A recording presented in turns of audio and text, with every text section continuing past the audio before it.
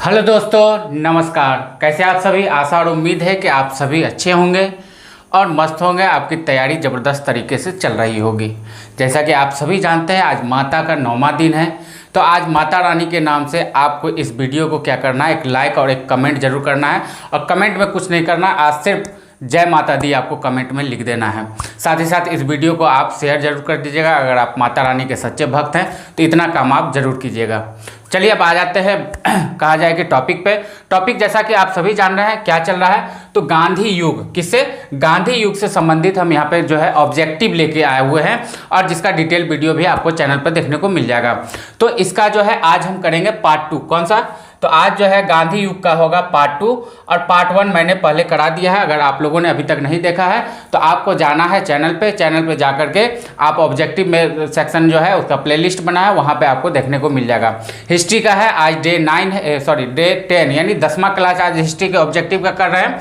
तो चलिए ज़्यादा समय न लेते हुए आज जो है आज का ये क्लास का हम श्री गणेश करते हैं और माता रानी का नाम लेकर के जय माता दी के साथ आज का क्लास का शुरुआत होगा। तो हम देख क्या रहे हैं, टॉपिक है हमारा स्टैटिस्टिक्स जीके और यहाँ पे इसे 10, आज कौन सा क्लास है? तो 10वां क्लास है और पार्ट 2 है। किसका? गांधी युग का आज हम पार्ट 2 करेंगे। और काफ़ी इंपॉर्टेंट प्रश्न जो अभी तक के एग्जाम में पूछे जा चुके हैं वैसे प्रश्न मैं यहाँ पर लेकर के आता हूँ। अगर आप लोगों ने अभी तक मेरा कोई भी वीडियो नहीं देखा है तो आप जा करके देखेंगे तो आपको पता चलेगा कि आपके लिए मैं कितना मेहनत कर रहा हूँ। आपको सिर्फ कुछ नहीं करना है, मुझे मोटिवेट करने के लिए इस वीडियो को लाइक, कमेंट और शेयर कर दीजिएगा और साथ ही साथ हमारे चैनल को सब्सक्राइब कर दीजिएगा। चलिए अब आगे बढ़ते हैं और सीधे आते हैं प्रश्नों पे। सीधे हम लोग आएंगे प्रश्नों पर और एक एक करके देखेंगे। काफ़ी इंपॉर्टेंट प्रश्न का जो है श्रृंखला का जो है माता रानी का नाम लेकर के आज हम शुरुआत करते हैं। तो सबसे पहला प्रश्न अगर यहाँ हम देख ले तो है कि भारतीय स्वतंत्रता आंदोलन के दौरान चर्चित पुस्तक इंडिया फॉर इंडियन के लेखक कौन थे? भारतीय स्वतंत्रता आंदोलन के समय एक पुस्तक लिखी गई थी, एक बुक लिखा गया था इंडिया फॉर इंडियंस। तो इसके लेखक कौन है? इसके लेखक के बारे में बात कर ले तो इसका सही जवाब हो जाएगा option number C, Chittaranjan Das. कौन? चित्तरंजन दास जी जो है इन्होंने इंडिया फॉर इंडियंस नामक पुस्तक लिखी थी। और ये आप समझ सकते हैं बीपीएससी में ये क्वेश्चन अब तक लगभग 5 बार पूछी जा चुकी है। कितनी बार? लगभग 5 बार ये क्वेश्चन बीपीएससी में आ चुका है और बाकी एग्जामों में भी ये क्वेश्चन पूछा जा सका है। जब आप एनालाइज करेंगे पिछले एग्जामों का तो आपको ये सब जो है क्वेश्चन देखने को मिल जाएगा। क्लियर है? आगे बढ़ते हैं, अगला प्रश्न देख लें। अगला प्रश्न है कि पंजाब के भूतपूर्व lieutenant governor Michael O'Dwyer की हत्या किसने की थी? पंजाब के भूतपूर्व lieutenant governor Michael O'Dwyer की हत्या कौन की थी? माइकल ओ डायर वही क्रूर व्यक्ति है जिसने 1919 ईस्वी में जो जालियांवाला बाग हत्याकांड हुआ था उसमें फायर करने का जो है इसी ने ऑर्डर किया था। और जालियांवाला बाग हत्याकांड के बारे में आप सभी जानते ही हैं कि किस तरह जो है एक छोटे से गेट वाला ही रास्ता था और उस ग्राउंड में, उस फील्ड में जो है एक सभा चल रही थी और उस सभा पर जो है इसने डायरेक्ट जो है ऑर्डर कर दिया बिना कोई चेतावनी के कि सभा बंद कर दी जाए, हुकूमत इसके खिलाफ है। ऐसी कोई चेतावनी नहीं दी और डायरेक्ट पहुंच करके वहां पर फायर करने का जो है आदेश दे देते हैं और एक तरह से कहा जाए कि जनसंहार करते हैं ये। तो इस माइकल ओ डायर क्रूर व्यक्ति की हत्या किसने की थी? तो इसका सही जवाब हो जाएगा उधम सिंह। किसने? उधम सिंह, यानी option number C. Udham Singh जो है इंग्लैंड जाकर के इनकी हत्या करते हैं। इस पे एक फिल्म भी आई है और इस बार के जो है नेशनल फिल्म फेस्टिवल में जो है इन्हें अवार्ड भी मिला है। किसमें? नेशनल फिल्म फेस्टिवल जो कौन सा था? 69th फिल्म फेस्टिवल जो था, इसमें जो है सरदार उधम सिंह नामक फिल्म को जो है अवार्ड भी दिया गया है। तो उधम सिंह ने ही माइकल ओ डायर या जनरल डायर को मारा था। कहां पे जाके? इंग्लैंड में जाके। क्लियर है? आगे बढ़ते हैं, अगला प्रश्न देख लें। अगला प्रश्न है कि साइमन कमीशन का भारत में आगमन किस वर्ष हुआ था, यानी साइमन कमीशन भारत किस वर्ष आया था। तो साइमन कमीशन जो है भारत कब आया था, तो इसका सही आंसर हो जाएगा वर्ष 1928 ईस्वी में। कब? 1928 ईस्वी में जो है साइमन कमीशन भारत आया था। और साइमन कमीशन का भारत में क्या हुआ था, विरोध हुआ था, भारत में इसका विरोध किया गया था। अब विरोध का मुख्य कारण ये था, विरोध का मुख्य कारण ये था कि जो साइमन कमीशन बना था, साइमन कमीशन जो बना था, इसके सारे सदस्य क्या थे, अंग्रेज थे। इसके सारे सदस्य क्या थे, अंग्रेज थे। इसलिए जो है साइमन कमीशन का जोरदार विरोध जो है गांधी जी ने भी किया था। किसने? गांधी जी ने भी, गांधी जी ने भी साइमन कमीशन का जोरदार विरोध किया था। क्लियर है? तो साइमन कमीशन कब भारत आया? वर्ष 1928 ईस्वी में आया था, जहां पे भारत में आने के बाद सभी सदस्य इसके अंग्रेज थे, इसलिए गांधी जी ने भी इसका विरोध किया था। क्लियर है? आगे बढ़ते हैं, अगला प्रश्न देख लें। अगला प्रश्न है कि महात्मा गांधी के राजनीतिक गुरु कौन थे। महात्मा गांधी के राजनीतिक गुरु कौन थे? जैसा कि आप सभी जानते हैं, महात्मा गांधी के राजनीतिक गुरु कौन थे? गोपाल कृष्ण गोखले। गोपाल कृष्ण गोखले जो है महात्मा गांधी जी के राजनीतिक गुरु थे। कौन गुरु थे? राजनीतिक गुरु थे। जब महात्मा गांधी दक्षिण अफ्रीका से, कहां से? दक्षिण अफ्रीका से, दक्षिण अफ्रीका से वापस आते हैं। महात्मा गांधी कहां से? दक्षिण अफ्रीका से वापस आते हैं। और दक्षिण अफ्रीका में महात्मा गांधी जी ने कई आंदोलन किए थे। वहां पर जो काले लोग थे, वहां काला और गोरा में मतभेद चलता था, जिस वजह से गांधी जी वहां पर बैरिस्टर थे और अच्छे खासे नामी बैरिस्टर थे। उनको भी फर्स्ट क्लास में जब वो ट्रेन में यात्रा कर रहे थे तो सिपाहियों ने ट्रेन से उठा करके बाहर फेंक दिया था। इसलिए क्योंकि उस समय दक्षिण अफ्रीका में जो है काले लोगों को अलाउड नहीं था कि वो अंग्रेजों के साथ सफर कर सके। इन सब घटनाओं से क्या हुआ था, गांधी जी को बहुत मतलब कहा जाए कि धक्का लगा था और इन्होंने वहां पर जो है काले लोगों के प्रति काफी जो है क्या कहा जाए लड़ाइयाँ लड़ी, काफी सत्याग्रह किए और एक तरह से वहां पर जीत भी उनको हासिल हुआ। तो जब दक्षिण अफ्रीका से ये वापस आते हैं तो यहाँ पर कौन बनते हैं? गोपाल कृष्ण गोखले। कौन? गोपाल कृष्ण गोखले जो है उनके राजनीतिक गुरु बनते हैं। क्लियर है? आगे बढ़ते हैं, अगला प्रश्न देख लें। अगला प्रश्न है, सारे जहां से अच्छा हिंदुस्तान हमारा, सारे जहां से अच्छा हिंदुस्तान हमारा के रचनाकार कौन है? इसके रचनाकार कौन है? आप समझ सकते हैं कि ये गाना हमारे भारतीयों के लिए कितना मतलब हमारे दिल के पास है। तो इसके जो है रचनाकार कौन है? तो इसका सही जवाब हो जाएगा मोहम्मद इकबाल। कौन थे? इकबाल जो थे। अभी जो है वर्तमान में पाकिस्तान के क्षेत्र में इनका घर पड़ जाता था, लेकिन उस समय ये भारत पाकिस्तान का जो क्षेत्र बटा उसमें पाकिस्तान के क्षेत्र में चले गए। लेकिन बहुत बड़े ये क्या थे? क्रांतिकारी कवि थे। क्लियर है? कौन? इकबाल ने सारे जहां से अच्छा हिंदुस्तान हमारा ये गाना हम सब भारतीयों के लिए लिखा था और गाया था। क्लियर है? आगे बढ़ते हैं, अगला प्रश्न देख ले। अगला प्रश्न है, my experiment with truth, my experiment with truth के लेखक कौन थे? तो इसका सही जवाब हो जाएगा महात्मा गांधी। किसने? महात्मा गांधी ने माई एक्सपेरिमेंट विथ ट्रूथ का जो है रचना किया था। ये बुक किसने लिखा था? महात्मा गांधी जी ने। वहीं पर अगर जवाहरलाल नेहरू, जवाहरलाल नेहरू इनकी प्रमुख पुस्तक की, एक सेकंड दोस्तों, जवाहरलाल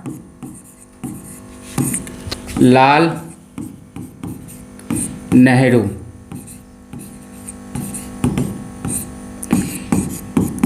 इनकी कौन सी पुस्तक काफ़ी फेमस हुई है, ये आपको क्या करना है, कमेंट में करके बताना है।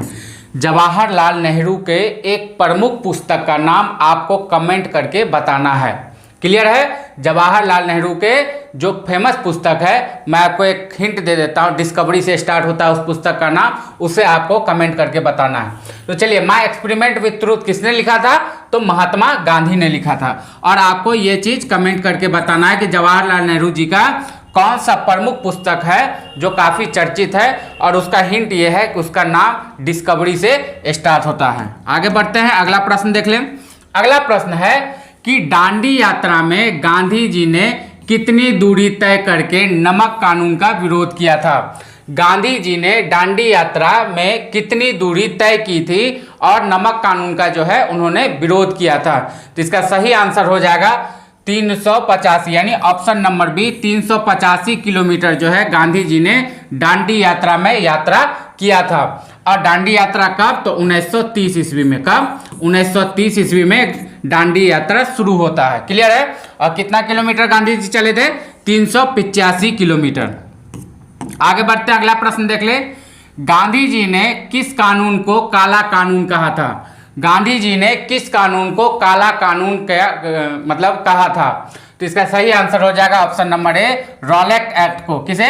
रॉलेट एक्ट को जो है गांधी जी ने काला कानून कहा था। और अगर आप वास्तविक तौर पर जाएंगे तो सही में ये काला कानून ही था, क्योंकि इसी में एक नियम लाया गया था कि मान लीजिए किसी पे कोई आरोप मतलब किसी अंग्रेज अफसर को प्रशासन को शक होता है, तो इस एक्ट के तहत अगर गिरफ्तारी होती है तो न अपील न दलील, ये दोनों में से कुछ ना हो सकता। यानी आप अपने आप को निर्दोष साबित करने के लिए अपील भी नहीं कर सकते हैं, न कोर्ट जा सकते हैं, आप अपना वकील रख सकते हैं, वैसा कुछ नहीं। मतलब प्रशासन जिसे चाहे वो इस एक्ट के तहत अगर डाल दे तो उन्हें कारावास हर हाल में सजा भुगतनी ही होगी।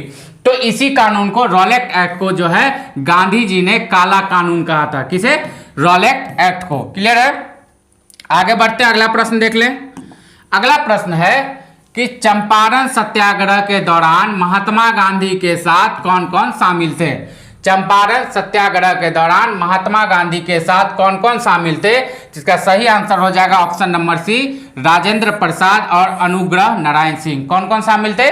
राजेंद्र प्रसाद और अनुग्रह नारायण सिंह, ये दो व्यक्ति जो है बिहार से थे। और चंपारण सत्याग्रह में, जो चंपारण सत्याग्रह किसके लिए था? नील के किसान के लिए, नील की खेती करने वाले किसान के लिए। नील की खेती करने वाले किसानों के पक्ष में गांधी जी जो है चंपारण यानी बिहार आते हैं और यहाँ पर एक सत्याग्रह करते हैं। अब गांधी जी को न्योता देने वाले कौन थे? तो उनका नाम था राजकुमार। राजकुमार, राजकुमार नाम के जो है किसान वो जाते हैं, क्योंकि उन्होंने गांधी जी के बारे में सुना था कि इन्होंने दक्षिण अफ्रीका में, मतलब भारत से जाकर के दक्षिण अफ्रीका में सत्याग्रह किया, वहाँ पर जो है काले लोगों को उनका सम्मान वापस दिलवाया। तो इन सब बातों को सुन करके जो है राजकुमार जी आए, मतलब गांधी जी जब आए भारत तो राजकुमार गए और उनको न्योता दिया और वो चंपारण आए, सत्याग्रह किया और आखिर में जो है किसानों की जीत दिलाई। तो यहाँ पर जो है चंपारण में गांधी जी का साथ कौन कौन दे रहे थे? राजेंद्र प्रसाद और अनुग्रह नारायण सिंह। क्लियर है? आगे बढ़ते, अगला प्रश्न देख ले। कौन आजाद हिंद फौज से संबंधित नहीं है? आजाद हिंद फौज से कौन संबंधित नहीं है? तो इसका सही आंसर हो जाएगा आरसी दत्त। कौन? आरसी दत्त का कोई लेना देना नहीं था आजाद हिंद फौज से। बाकी गुरदयाल सिंह ढिल्लो ये आजाद हिंद फौज के सदस्य थे, शाहनवाज खान ये भी आजाद हिंद फौज के सदस्य थे, जनरल मोहन सिंह ये भी आजाद हिंद फौज के सदस्य थे। लेकिन आरसी दास का जो है आजाद हिंद फौज से कोई लेना देना नहीं था, कोई संबंध नहीं था। क्लियर है? आगे बढ़ते अगला प्रश्न देख ले। स्वराज पार्टी की स्थापना किस वर्ष की गई? स्वराज पार्टी की स्थापना किस वर्ष की गई थी? तो इसका सही जवाब हो जाएगा वर्ष 1923 ईस्वी में। कब? 1923 ईस्वी में स्वराज पार्टी की स्थापना की गई थी। क्लियर है? आगे बढ़ते हैं, अगला प्रश्न देख ले। अगला प्रश्न है कि कांग्रेस का प्रथम विभाजन 1907 के सूरत अधिवेशन में हुआ था। कांग्रेस बनी कब?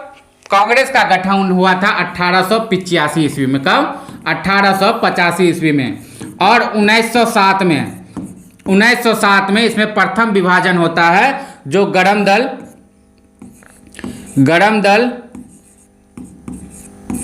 एवं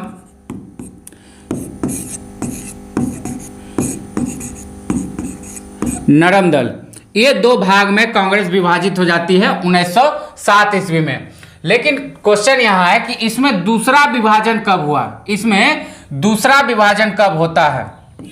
प्रश्न इसमें बनता है कि इसमें दूसरा विभाजन कब हुआ? तो वो होता है बंबई में जो अधिवेशन होता है 1918 ईस्वी में। कब? 1918 ईस्वी में मुंबई में जब अधिवेशन होता है तो उसमें जो है दूसरा विभाजन होता है। क्लियर है? कब बना, यानी स्थापना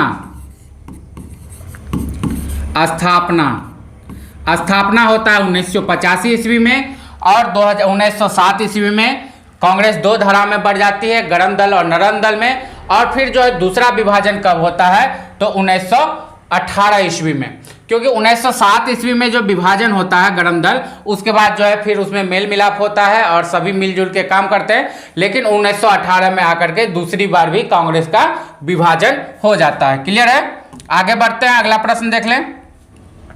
अगला प्रश्न है कि वर्ष 1919 में पंजाब में हुए जालियांवाला बाग हत्याकांड के विरोध स्वरूप ब्रिटिश सरकार से प्राप्त सर की उपाधि किसने लौटा दी थी?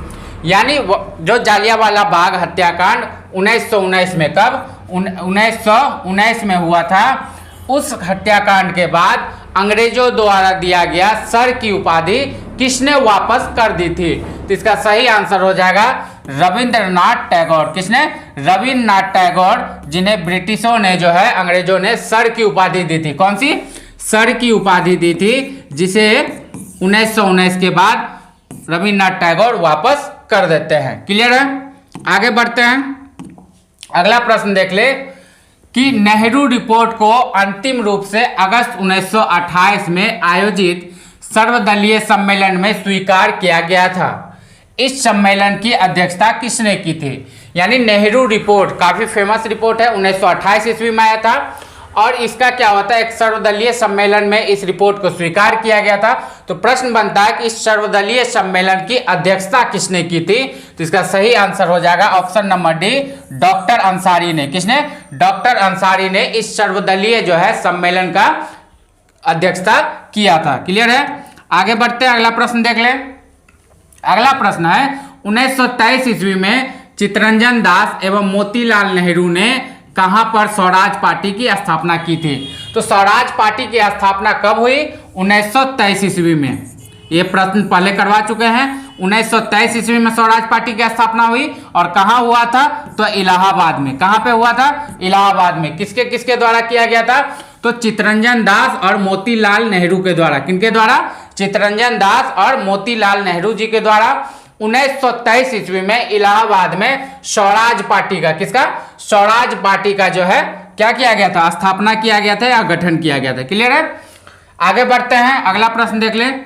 किसने कहा था मध्य रात्रि के टकोर पर जब संसार सोता है भारत अपने जीवन व स्वतंत्रता के लिए जाग उठेगा?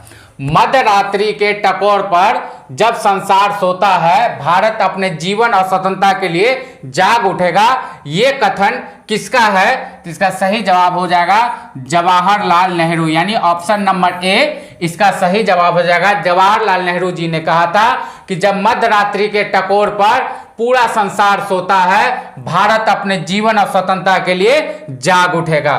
क्लियर है? आगे बढ़ते हैं, अगला प्रश्न देखते हैं। Who lives if India dies? Who lives if India dies, ये कथन किसने कही थी? तो इसका सही आंसर हो जाएगा जवाहरलाल नेहरू, यानी ऑप्शन नंबर ए।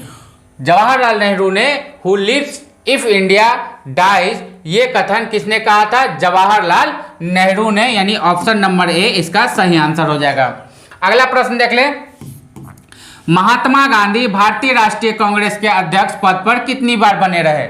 महात्मा गांधी भारतीय राष्ट्रीय कांग्रेस के अध्यक्ष पद पर कितनी बार बने रहे? तो इसका सही जवाब हो जाएगा वो अब एक बार जो है इसके अध्यक्ष बने थे। कितने बार? एक बार जो है इसके अध्यक्ष बने थे। क्लियर है? आगे बढ़ते हैं, अगला प्रश्न देख ले कि निम्नलिखित में से कौन भारत छोड़ो आंदोलन में शामिल नहीं था? भारत छोड़ो आंदोलन में कौन शामिल नहीं थे? तो B.R. अम्बेडकर। B.R. अम्बेडकर जी जो है भारत छोड़ो आंदोलन में शामिल नहीं हुए थे। बाकी जवाहरलाल नेहरू, महात्मा गांधी, सरदार पटेल, ये सभी जो है क्या थे? भारत छोड़ो आंदोलन में अग्रणी भूमिका निभाई थी। क्लियर है? आगे बढ़ते हैं, अगला प्रश्न देख ले। जब भारत आजाद हुआ उस समय कांग्रेस के वर्तमान अध्यक्ष कौन थे? यानी कब की बात हो रही है? 15 अगस्त 1947। 15 अगस्त 1947 को जब भारत आजाद हुआ उस समय कांग्रेस का अध्यक्ष कौन था? तो उस समय अध्यक्ष थे जेपी कृपलानी। कौन? जेपी कृपलानी जो जी हैं ये कांग्रेस के अध्यक्ष थे जब भारत आजाद हुआ था। क्लियर है? आगे बढ़ते हैं, अगला प्रश्न देख लें। अगला प्रश्न है कि इंडियन रिबलर फेडरेशन की स्थापना किसने की थी? इंडियन रिबलर फेडरेशन की स्थापना किसने की थी? तो इसका सही आंसर हो जाएगा एसएन बनर्जी ने। किसने? एसएन बनर्जी ने इंडियन रिबलर फेडरेशन की स्थापना की थी। आगे बढ़ते हैं, अगला प्रश्न देख लें। अगला प्रश्न है कि दक्षिण अफ्रीका में महात्मा गांधी जी द्वारा प्रकाशित पत्रिका का नाम क्या था? दक्षिण अफ्रीका में महात्मा गांधी जी द्वारा प्रकाशित पत्रिका का क्या नाम था? तो इसका सही जवाब हो जाएगा option number B, Indian opinion. कौन सा? इंडियन ओपिनियन नामक जो है पत्रिका गांधी जी कहाँ पे? दक्षिण अफ्रीका में। कहाँ पे? दक्षिण अफ्रीका। दक्षिण अफ्रीका में जो है ये पत्रिका प्रकाशित करते थे। बाकी नवजीवन भी किनका पत्रिका है? तो गांधी जी का है। हरिजन भी किनकी पत्रिका है? गांधी जी की। और दक्षिण अफ्रीकन न्यूज ये नहीं है। तो ये जो है इंडियन ओपिनियन नामक पत्रिका महात्मा गांधी प्रकाशित करते थे। कहाँ पे? दक्षिण अफ्रीका में। क्लियर है? आगे बढ़ते हैं, अगला प्रश्न देख लें। अगला प्रश्न है सविनय अवज्ञा आंदोलन 1930 की पराकाष्ठा में गांधी जी ने किसके साथ समझौते पे हस्ताक्षर किए थे? यानी सविनय अवज्ञा आंदोलन कब? 1930 ईस्वी में, जब अपने चरम सीमा पर था। कब? कहाँ था? अपने चरम सीमा पर था। उस समय गांधी जी ने एक समझौता किया था। तो किसके साथ किया था? ये किया था लॉर्ड इरविन के साथ। किसके साथ? लॉर्ड इरविन के साथ किया था। और गांधी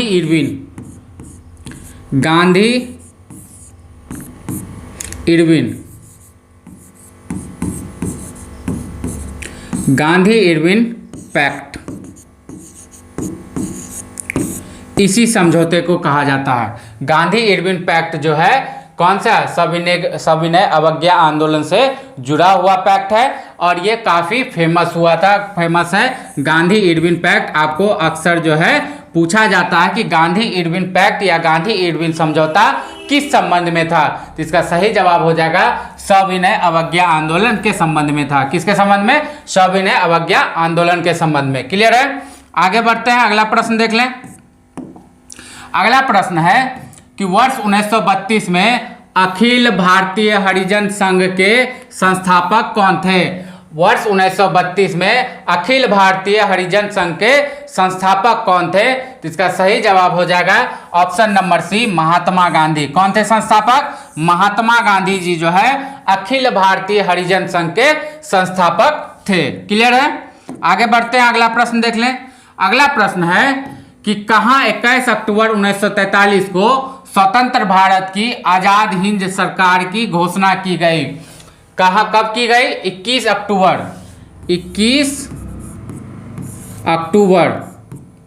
1943। 21 अक्टूबर 1943 को कहाँ पर स्वतंत्र भारत की आजाद हिंद सरकार की घोषणा की गई थी? तो इसका सही जवाब हो जाएगा ऑप्शन नंबर ए, सिंगापुर में। कहाँ पे? सिंगापुर में जो है 21 अक्टूबर 1943 को स्वतंत्र भारत के आजाद हिंद सरकार की घोषणा की गई थी। क्लियर है? आगे बढ़ते हैं, अगला प्रश्न देख ले कि 1947 के भारतीय राष्ट्रीय कांग्रेस के दिल्ली अधिवेशन की अध्यक्षता किसने की थी? 1947 के भारतीय राष्ट्रीय कांग्रेस के दिल्ली अधिवेशन की अध्यक्षता किसने की थी? तो ये किया था राजेंद्र प्रसाद ने। किसने? राजेंद्र प्रसाद जी जो है 1947 में जो है दिल्ली अधिवेशन हुआ था कांग्रेस का दिल्ली अधिवेशन। कांग्रेस का दिल्ली अधिवेशन, दिल्ली अधिवेशन, इसकी अध्यक्षता किन्होंने की थी? तो डॉक्टर राजेंद्र प्रसाद जी ने की थी। क्लियर है? और डॉक्टर राजेंद्र प्रसाद जी के बारे में आप सभी जानते हैं, ये हमारे देश के प्रथम राष्ट्रपति भी बने थे। प्रथम राष्ट्रपति कौन बने थे? डॉक्टर राजेंद्र प्रसाद। और दिल्ली अधिवेशन 1947 का जो है कांग्रेस का अधिवेशन था, उसकी अध्यक्षता डॉक्टर राजेंद्र प्रसाद ने की थी। क्लियर? आगे बढ़ते हैं, अगला प्रश्न देख लें। अगला प्रश्न है कि भारतीय राष्ट्रीय कांग्रेस का 1938 का अधिवेशन किस शहर में हुआ? भारतीय राष्ट्रीय कांग्रेस का 1938 का अधिवेशन किस शहर में हुआ था? इसका सही जवाब हो जाएगा हरिपुरा में। कहाँ पे? हरिपुरा में हुआ था। कब? 1938 ईस्वी में। 1938 ईस्वी में जो है भारतीय राष्ट्रीय कांग्रेस का अधिवेशन हरिपुरा में हुआ था। आगे बढ़ते हैं, अगला प्रश्न देख लें। अगला प्रश्न है कि निम्नलिखित में से किसने भारतीय राष्ट्रीय कांग्रेस के कराची अधिवेशन 1931 की अध्यक्षता की थी? भारतीय राष्ट्रीय कांग्रेस के कराची अधिवेशन 1931 की अध्यक्षता किसने की थी? जिसका सही जवाब हो जाएगा सरदार पटेल ने। सरदार वल्लभ भाई पटेल ने जो है वर्ष 1931 का कहाँ? कराची अधिवेशन, कराची अधिवेशन का जो है अध्यक्षता इन्होंने ही किया था। किसने? सरदार पटेल ने। क्लियर है? आगे बढ़ते हैं, अगला प्रश्न देख लें।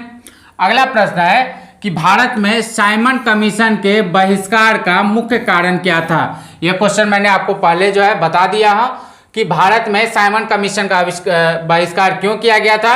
इसका सही जवाब हो जाएगा ऑप्शन नंबर सी, इसके सभी सदस्य अंग्रेज थे, इसलिए जो है भारत में इसका बहिष्कार किया गया था। आगे बढ़ते, अगला प्रश्न देख लें कि निम्नलिखित में से किस आंदोलन में सरदार वल्लभ भाई पटेल ने मुख्य भूमिका निभाई थी? निम्नलिखित में से किस आंदोलन में सरदार वल्लभ भाई पटेल ने मुख्य भूमिका निभाई थी? तो ये निभाई थी बारदोली सत्याग्रह में। किसमें? बारदोली सत्याग्रह, यानी ऑप्शन नंबर डी इसका सही आंसर हो जाएगा।